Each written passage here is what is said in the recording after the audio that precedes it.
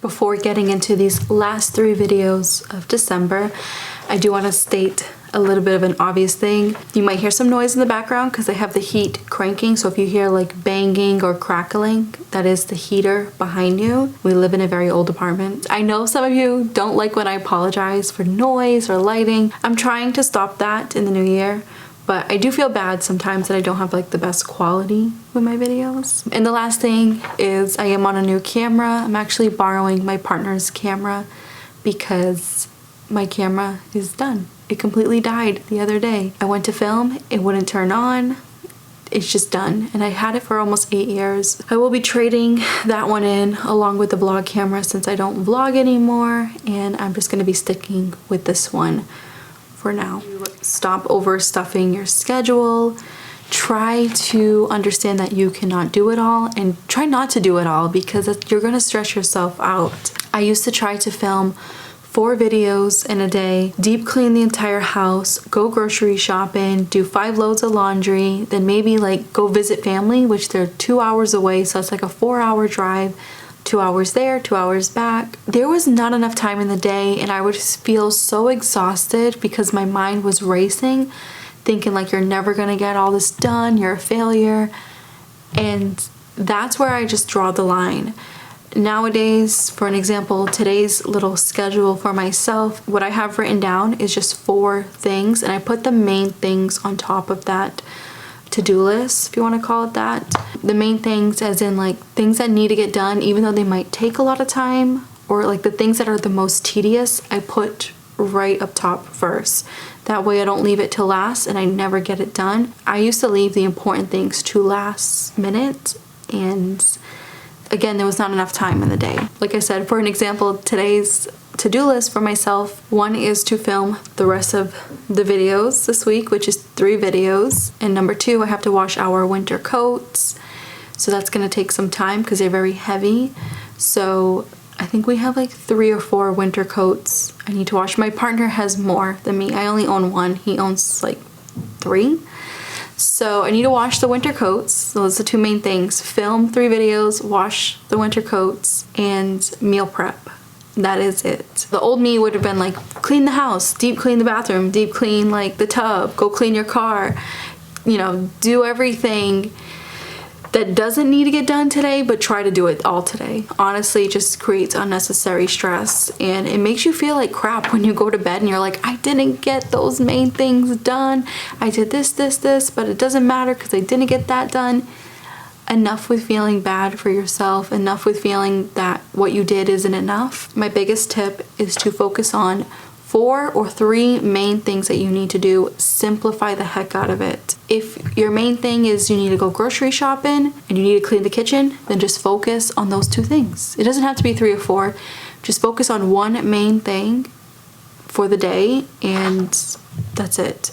I know sometimes it is hard. I know, especially in the US, we are huge multitaskers, and we do feel like it's, you know, it's like a go lifestyle here. Try to only do what you truly need to do that day. Don't add any other things that you could do during the week, because it's just gonna add more stress to your to-do list. So think of it that way. Add the main things you need to do and skip the rest for other days. Constantly buying trendy products. We all know this by now. I talk about this in at least once a week. I talk about this, and it's a good reason for that, because with the online world on how it is, most of you are seeing videos on YouTube, TikTok, Instagram, and 98% of people that you're watching are sponsored by some product. You're also watching ads that are mentioning a product. So we're in the land of being the most advertised ever. No matter what we do or where we go, you're being advertised, whether it's on your phone, on your GPS. Even when I'm like driving and using the GPS, when you come to a complete stop, it's showing you like the nearby stores as a commercial, or showing you areas where there's cheap coffee or cheap donuts. At least my GPS shows that. It always shows like the sales that Dunkin' Donuts is having, or like Cumberland Farms, which is our main gas station here. Basically, what I'm trying to say is running away from advertisement doesn't exist in nowadays. So the best thing that you can do when it comes to trendy products and being lured in is to realize that what you have is all you truly need. If you didn't think of this product before, I'm sure you can live your life without it. Don't get caught up in the advertisement. Most advertisement is photoshopped and they're just saying the good things about it. They're not saying the bad things about the product, like the pros and cons. You kind of have to do your own research with that. Another thing is with influencers. They get this product for free. They're mentioning it for a commission. And not only are they making commission when you click the link, but they're also getting a separate percentage from the brand paying them. So they're sometimes making double, triple the amount just by showing you a product that probably is crap. So just be mindful of the things that you're buying that are trendy. Constantly checking social media. So the same way with trendy products, we tend to get lured into buying things when we are always on social media. I don't have Instagram like that anymore. I don't go on TikTok. I used to have a TikTok. It just wasn't for me. It was a little too fast-paced for me. And with YouTube, I treat it as a job. And that was the best thing for myself to realize. I don't watch YouTubers anymore because I was just feeling a little down because this is my job, and I kind of was comparing myself to other minimalist YouTubers, comparing the way I looked, comparing my camera, my background. I don't live in the most modern apartment, and I don't wear makeup, I don't do my hair. Even though I don't mind all of that, when I was watching a lot of other YouTubers, especially minimalist YouTubers within the same niche as me, I was feeling very down and feeling like, all right, maybe I should buy makeup, maybe I should dye my hair, maybe we should move to a new apartment. Oh wait, we can't because we can't afford a new apartment. So those are the things that was going through my head because I was spending too much time on social media.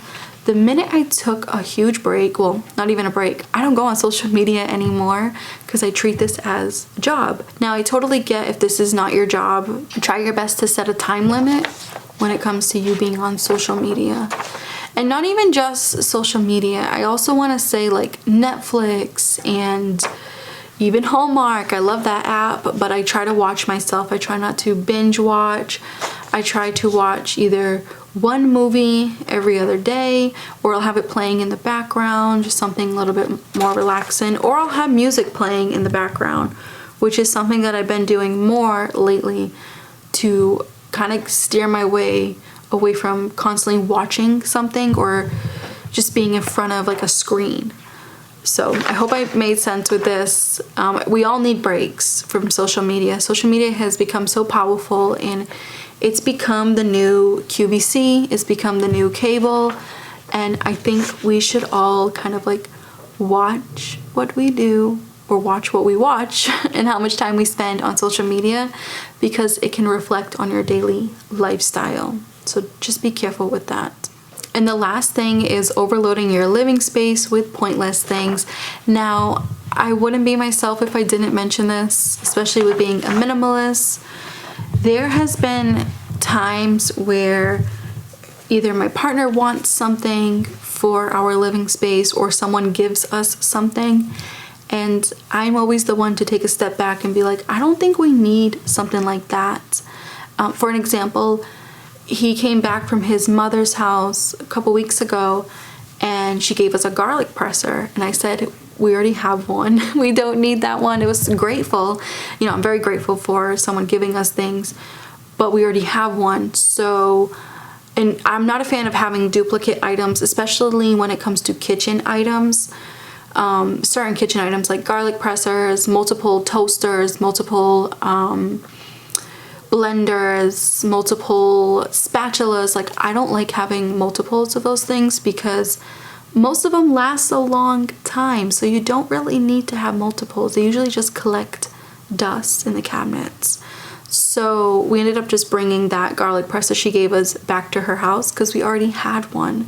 And the one that I have, I've been owning for about 2 years now, and I use it quite often, and it is stainless steel, dishwasher friendly, so it's very, very durable. The one she gave is durable too, but we just don't need to have 2 garlic pressers. There's no need to have multiples, at least in our house. So try to think of, you know, with your living space, instead of overloading it with duplicate items or overloading it with furniture that you probably won't use. Either it's a coffee table. I find coffee tables so annoying because they're in the middle of the freaking room, and I grew up with coffee tables, and I promised myself, even way before I knew what minimalism was, I told myself when I move out and I become an adult, I'm never getting a coffee table, because I would always stub my toe on it. I also hated like moving it and vacuuming. It was just in the way. It's like Tetris. That's how I felt as a kid, was just too much furniture around. Maybe there's furniture in your living space, whether it's your bedroom, your living room, even in your kitchen.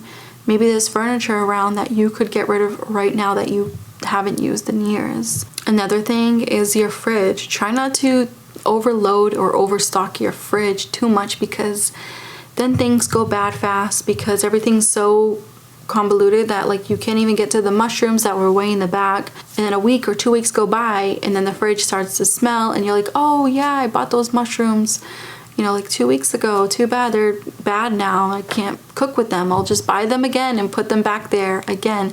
So it's like that cycle with overloading your living space. You tend to forget the items that you put in your house, your fridge, your kitchen, your garage, the items that you don't think thoroughly with the purchases, or with just, you know, taking items. If someone's giving you them for free, you don't think thoroughly of like, do I really need this item? I feel like a lot of people don't think that way. And once when you do start to like switch that narrative and start to think like, do I need this? Probably not. I'm gonna hold off. Your living space will become more simplified, and you will not have a house filled with junk you do not use. Anyways, you guys, I hope you enjoyed this video, and I will catch you tomorrow in the next one.